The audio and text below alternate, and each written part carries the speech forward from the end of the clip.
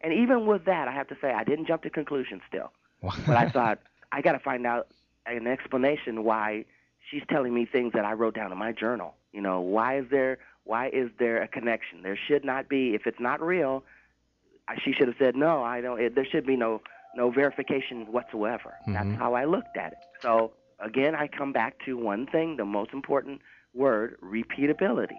Because without that, none of this matters to me. It Right. doesn't mean anything. So this second time, do we have time for another story? Absolutely. Okay. So, okay, now I'm thinking, I want to do this again. No doubt. And I'm thinking, okay, now what do I do now?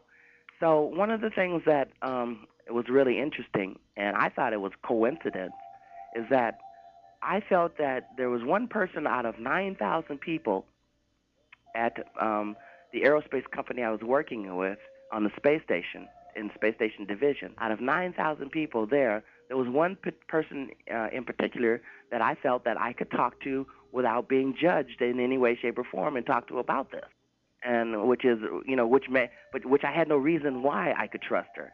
I just felt I could. Ah, okay. Which is the reason I'm telling you that, because there's something more to that. Okay. Now, had you worked with this person before? Yeah, I worked with Okay. her, but I just felt that I could tell her without any problem. It just so happened that she happened to be metaphysical. I didn't know that. I didn't even know what metaphysical was. I didn't know what New Age or any of that stuff, because I wasn't into that stuff.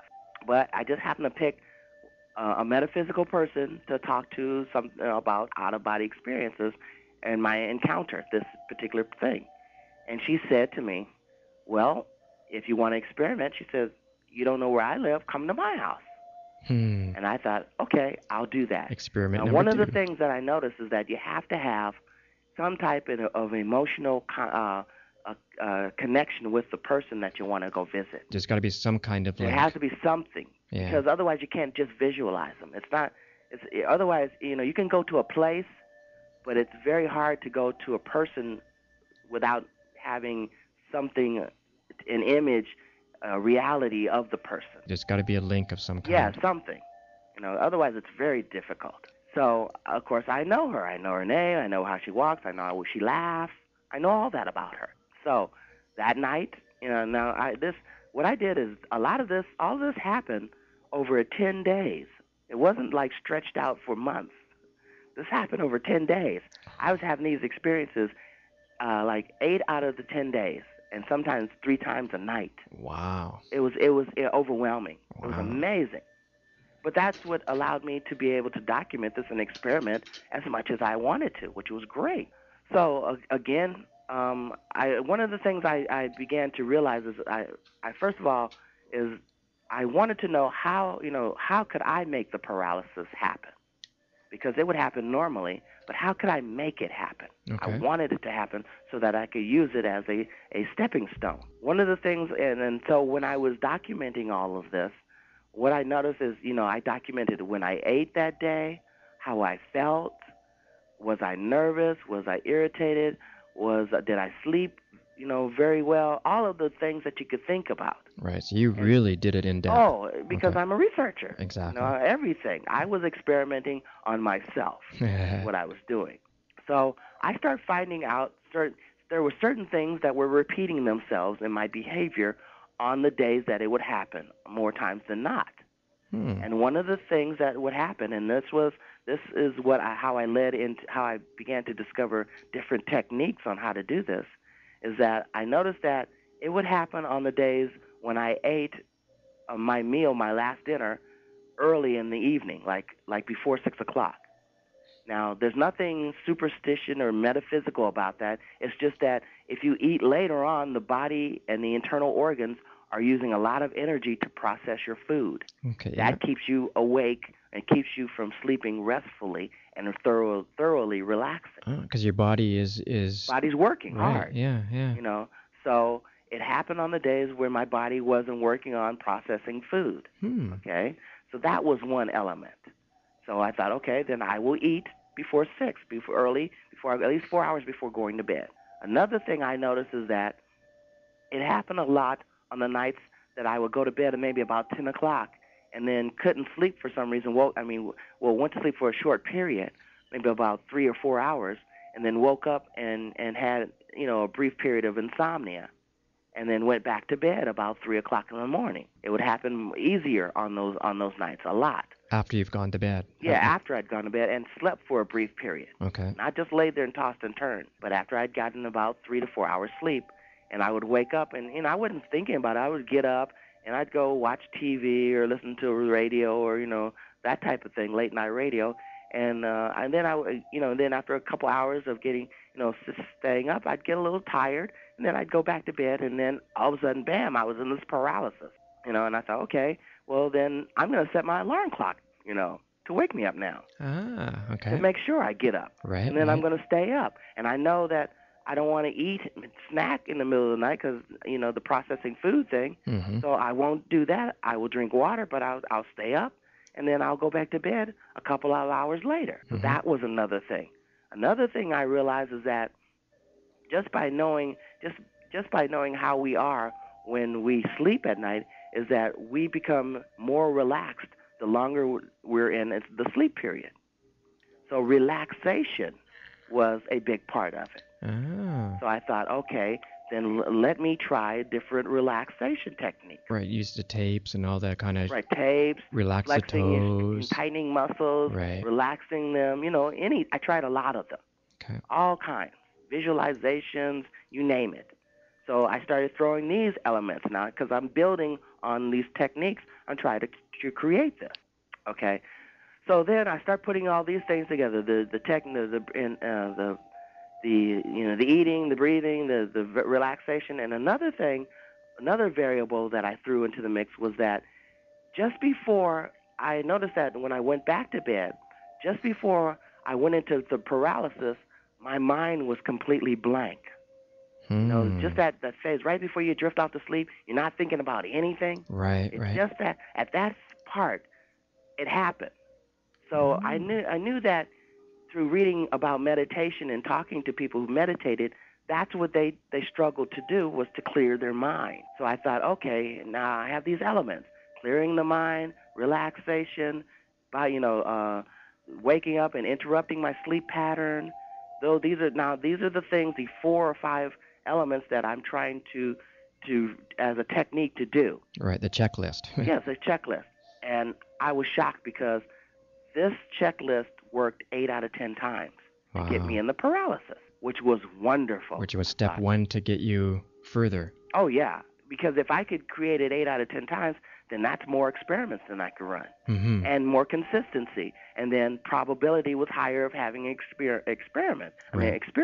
So now I have a technique. Now I'm doing this on a regular basis. And then I'm using some variables because I want to see what other things could help, because I'm trying to explore it in all avenues. So I came up with a technique that I would try, and it worked. And next thing I knew, for the first time, I'd gone from laying down consciously, physically, relaxing, clearing my mind, and all those things, to going into the paralysis without waking up into it. I thought, wow, that was the very first time, because it never happened in 30 some odd years. I created it. Wow, I'm on the verge of discovering how to really understand this thing. Right. And this was very encouraging. No doubt. Yeah. So I learned how to bring myself into paralysis, and 80% of the time is phenomenal too. That's great. I mean, yeah, 30% is good. 80%, wow. That's incredible. I was elated. Mm-hmm. So I'm in the paralysis, and next thing I know, I start feeling this vibration. Okay, I still didn't know what the vibration was. I just knew that it was definitely a part of it, and I knew the more intense the vibration was, it was like right at its peak intensity, I would always feel movement. So that was you vibrating, not something around you vibrating? Well, or both? When you say you can't say it was my body. Okay, I get it. It was my consciousness, whatever that entails, vibrating. Yeah. It was non-physical. Yeah. Okay? That's about as detailed right now as without becoming metaphysical about it. Yeah. And saying the astral body, and like Robert Monroe would say, the second body. Right. Without saying that, I can say it was a non-physical vibration, meaning my cells in my body were not vibrating. It was something in addition to that. It was a mental vibration or a consciousness vibration, mental, an altered state vibration. So I knew that when the more it intensified and when it got to a peak, that's when I felt movement. And that's when usually I could see the room. Now, when I could see the room, I noticed that it wasn't because I opened my eyes, which was interesting. Mm-hmm. And also, the view of the room was not normal, meaning the lighting wasn't coming.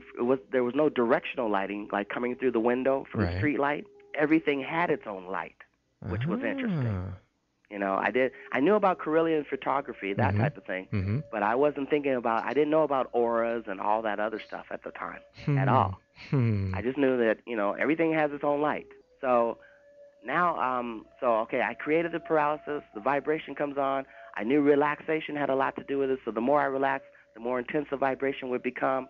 And as it peaked, all of a sudden I felt movement. I would start rising. Another thing I knew is when I started rising, it wasn't uncontrollable rising if I focused my thoughts. If I said, I want to rise, I usually did. So I had a little bit of control. I had a lot of control over it. But I didn't know that until I started experimenting with it. And I thought, okay, I want to rise upward. And then my vision would either cut on by itself, or if it didn't, sometimes I would move upward and everything was still black. But if I said, I want to see, then I could see. So I knew I want has a heck of a lot to do with this. So, which is great because that means I have a certain amount of control. So now I want to see, and I'm floating above the room again. And this wasn't all that unusual anymore because it was a pattern. Become accustomed to it, yeah. Yeah, I was getting used to it. So I thought, okay, now I'm floating here. What's my checklist? Okay, my destination, my friend at the space station. I want to see, and I mentioned her name in my book, Kim. And the next thing I knew, I still had no explanation for this, though, at the time.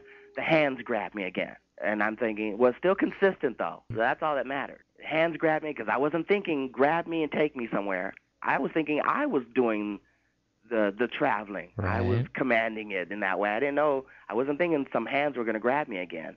But it did. And the next thing I knew, the same kind of thing, pulling me into a flight situation. And next thing I know, I'm flying. I didn't say I want to fly. I was in the flight situation. I ended up in that kind of situation. So it wasn't a request. That's just how I was being transported, that's how I was transitioning at the time. So now I'm flying again, and of course, why not experiment with the very different variables of flying? I did that again. I could fly faster, and I was getting better at it. I noticed that the more focused I could become with my thoughts, the more controlled my experiences were becoming. If I didn't let them stray, and I focused on what I wanted to do, I could accomplish that. So focusing your thoughts was very, very important. Right. Not letting them become cluttered with, wow, look at the ground below, and the lights, and wow, scattered. am I doing this, and all the other stuff that you could possibly be, that could contaminate or dilute your ability to focus.